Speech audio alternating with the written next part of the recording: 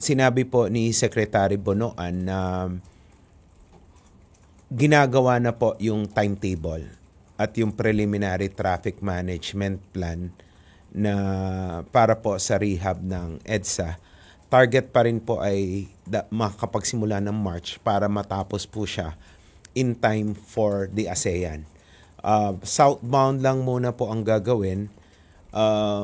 Ang challenge lamang po na pag-usapan kahapon kasi sasabayan na po ng paggawa ng drainage system sa EDSA para maiwasan yung pagbabaha. Niraise lamang po natin yung concern na since yung drainage po ay nasa outer lane, marami pong utilities dyan eh. And based on our experience, kahit po mag-walk-through, mag-mark, minsan po yung as-built plan, hindi nasusunod ng mga telcos, ng water utilities na during construction may tinatamaang linya na nagpapabagal po. So we really have to consider that then.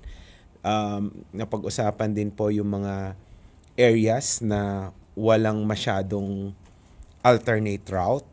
Hindi tulad po nung isinara natin yung Kamuning flyover. Meron pong 3 karsada na pwedeng kananan.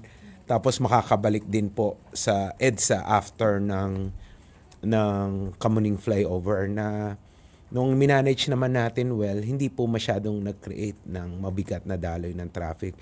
So may mga portions po kasi sa EDSA na wala pong ganong alternatibong ruta. So meron po tayong isinuggest kahapon, medyo out of the box na suggestion. I won't mention it.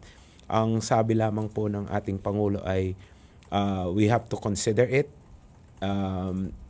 Just give him specific numbers before po, para po makonsider and he will decide. But I think he's receptive to the idea. Kasi kung makikita naman natin, dumadaan naman siguro tayo araw-araw na EDSA, maraming portions dyan ang lubak-lubak pa dahil nasisira na, napakatagal na po rin kasi na EDSA. At ang nangyayari po kasi yung paggawa, portion-portion. Lalo pag weekend, inaalaw natin na 24 hours sila gumawa. Nagkokos yan ng traffic. So, pag nagawa po ito, lalagyan ng magandang asfalto, mas bibilis po yung daloy ng mga sasakyan. So, hopefully, it will improve yung traffic situation sa EDSA once the rehabilitation ay makumpleto.